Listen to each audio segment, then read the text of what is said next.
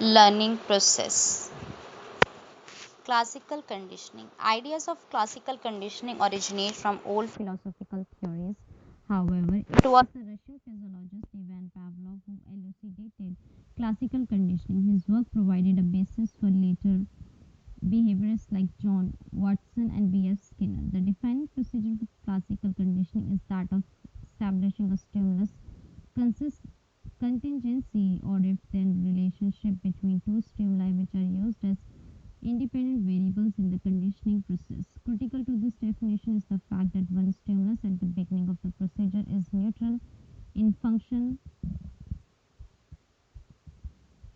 NS neutral stimulus or CS conditioned stimulus. That is, it does not elicit the reflexive response being investigated for conditioning the other stimulus both from the beginning and throughout the procedure is an effective elucidator unconditional stimulus for the reflexive response unconditional response being conditioned.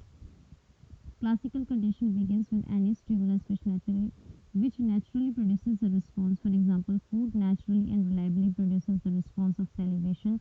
In this example, the food is the unconditional stimulus UCS and the response of salivation is the unconditional response UCR.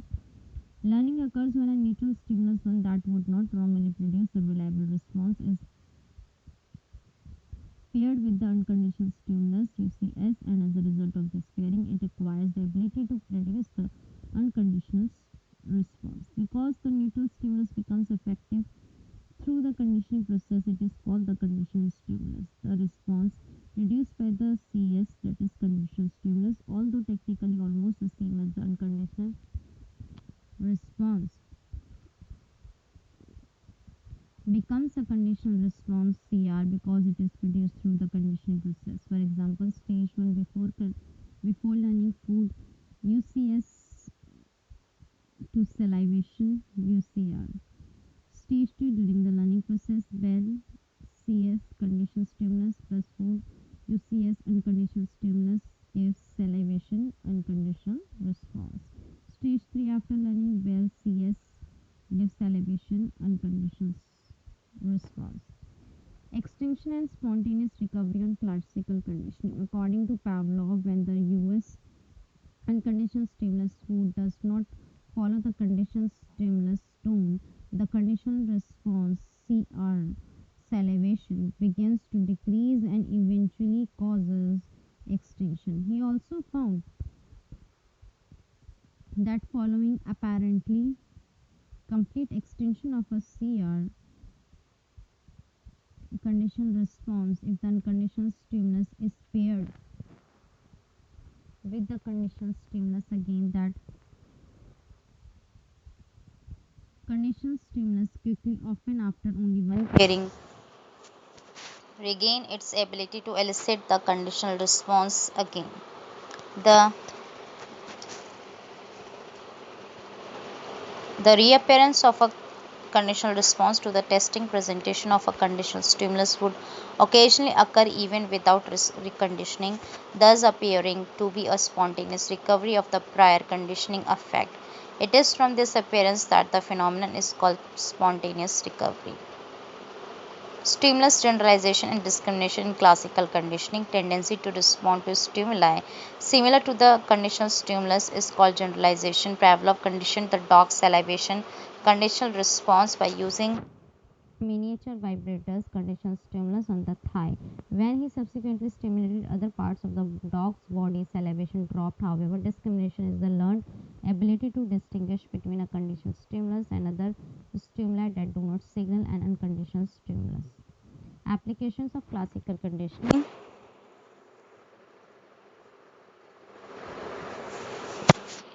Watson used classical conditioning procedures to develop advertising campaigns for a number of organizations where he used his knowledge of classical conditioning to change consumer attitudes and purchasing behaviors through stimulus contingencies that appear in various forms of advertising. Thus, advertising where instead of fears, highly positive feelings toward a product or brand are conditioned has become one of the most pervasive classical conditioning applications in modern societies around the world. Watson 1936. Other classical conditioning applications have found on preventive coyotes from killing livestock. Farmers have used basic laboratory work by John Garcia on conditioned food aversion. Classical conditioning procedures have psychotherapeutic value as well. Phobias are often treated with a process stemming from classical conditioning called systematic desensitization. Alcoholism and other addictions are also treated using a form of classical conditioning. Instrumental learning. Instrumental conditioning is sometimes also known as operant conditioning. Operant conditioning describes how we develop behaviors that operate upon the environment to bring about behavioral consequences in that environment. Operant conditioning applies many techniques and procedures first investigated by E.L. Thorndike 1898 but later refined and extended by B.F. Skinner 1938. Reinforcers and punishers in instrumental conditioning. Reinforcers are the responses from the environment that increase the probability of a behavior being repeated. Reinforcers can be either positive or negative. Punisher, on the other hand, is the responses from the environment that decrease the likelihood of a behavior being repeated. Punishment weakens behavior. There are two kinds of positively reinforcing stimuli. Stimuli that are generally reinforcing when presented to an individual, known as primary reinforcers, and secondary for conditioned reinforcers. Both types can be delivered following various rules for delivery, thus defining various schedules of reinforcement. A primary reinforcer is anything that has the power to increase behavioral probabilities because it is involved with the biological need of the organism. Food, sex, and temperature stabilities are often used as reinforcement because we need them as a species. A conditioned or secondary reinforcer is anything that can increase the probability of behavior because of its reliable association with primary reinforcers. Another way to positively reinforce behavior is to rely upon Premack's principle. According to the Premack principle, a normally higher frequency behavior can be used to positively reinforce a desired behavior that is normally lower in frequency. A parent is more likely to positively reinforce a child for studying a low frequency behavior without intervention by allowing the child to watch TV, a high frequency behavior, without intervention after studying for some specified time. In this case, allowing the consequential behavior of watching TV causes the probability of studying to increase. Skinner 1938 also found that consequences resulting in the removing an aversive, painful, uncomfortable, or undesired stimulus that was already present would also increase the probability that a certain behavior would occur. We call this process negative reinforcement. Escape and avoidance learning. Frequent use of negative reinforcement will lead to what is often referred to as escape and or avoidance behavior. Escape learning occurs to terminate an unpleasant stimulus such as annoyance or pain, thereby negatively reinforcing the behavior. Avoidance learning, on the other hand, is the process by which an individual learns a behavior or response to avoid a stressful, unpleasant situation or noxious stimulus. The behavior is to avoid or to remove oneself from the situation. You can transform escape learning into avoidance learning if you give a signal such as a tone before the unwanted stimulus. Punishment in operant conditioning. Punishment refers to the use of punishers to suppress or stop a response from occurring in the future. According to Skinner 1938, positive punishment involves a decrease in the probability of a behavior through presentation of addition of, and thus the term positive and aversive stimulus as a behavioral consequences. Negative punishment describes the removal of a positive stimulus or a behavioral consequence. A stimulus cannot be considered as punisher if its presentation, positive punishment or removal, negative punishment, does not decrease the likelihood of a behavior. In an attempt to decrease the likelihood of a behavior occurring in the future, an operant response is followed by the presentation of an aversive stimulus. This is positive punishment. However, in an attempt to decrease the likelihood of a behavior occurring in the future, an operant response is followed by the removal of an appetitive stimulus. This is negative punishment. Skinner's operant conditioning procedures introduce alternative manipulation of operant conditioning variables such as antecedent stimuli and reinforcement contingency rules. These various operant procedures include extinction, generalization, discrimination, shaping, chaining, and a variety of different schedules of reinforcement. Extinction in operant conditioning. In operant conditioning, extinction can occur if the trained behavior is no longer reinforced or in the type of reinforcement used is no longer rewarding. Generalization in operant conditioning. In conditioning, stimulus generalization is the tendency for the conditioned stimulus to evoke similar responses after the response has been conditioned. Discrimination in operant conditioning. In instrumental conditioning, discrimination is a process of learning to make a response to one stimulus and another response or no response to another stimulus. Chaining in operant conditioning. It involves reinforcing individual responses occurring in a sequence to form a complex behavior. It is frequently used for training behavioral sequences for chains that are beyond the current repertoire of the learner. Different schedules of reinforcement in operant conditioning. A schedule of reinforcement is basically a rule stating which instances of a behavior will be reinforced. There are four schedules of partial reinforcement.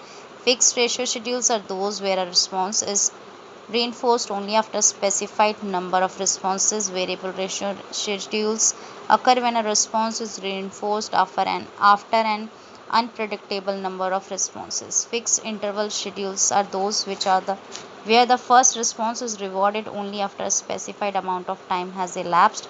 Variable interval schedules occur when a response is rewarded after an unpredictable amount of time has passed. Verbal learning. The language we speak, the communication devices we use are the result of verbal learning. The signs, pictures, figures, sounds, and voice are some essential instruments used in verbal learning. In simpler words, the acquisition of and retention of verbal information is often referred to as verbal learning. In the study of verbal learning, psychologists use a variety of materials including nonsense syllables, familiar words, unfamiliar words, sentences, and paragraphs. Methods of verbal learning. First, method of paired association. This method is similar to SS conditioning and SR learning. The president of the American Psychological Association, Mary Whitton Calkins, 1905, invented this technique. The paired associates method requires the subject to learn pairs of items by forming associations between them. First, a list of paired associates is prepared. The first word of the pair is used as a stimulus and the second word as a response. For example, stimulus response RUL time, JAX cold, HMW cold, REK dear. Paired associate learning PAL as it is frequently studied involves two at least conceptually distinct processes, the learning of relevant responses to the general situation, for example as in nonsense syllable pairs, and the associative hookup of these relevant responses to their appropriate stimulus members. Two methods of serial learning. Hermann Ebbinghaus is credited with conducting the first studies of verbal memory involving serial learning. In this method, the participant is presented the entire list of verbal items, that is, nonsense syllables, most familiar or least familiar words, and is required to produce the items in the same serial order as in the list.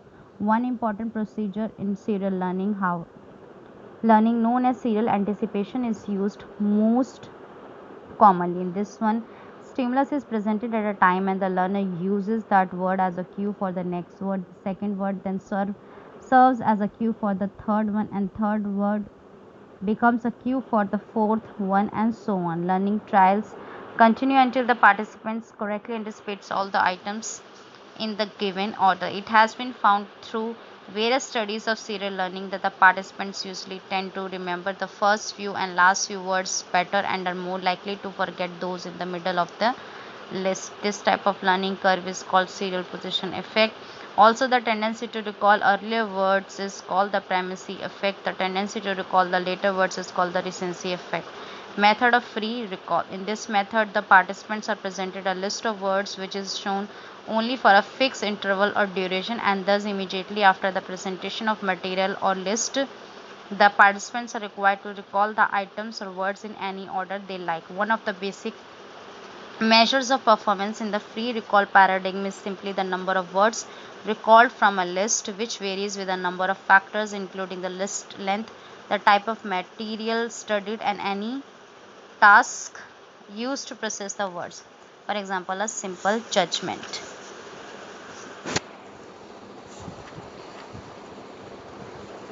Thank you.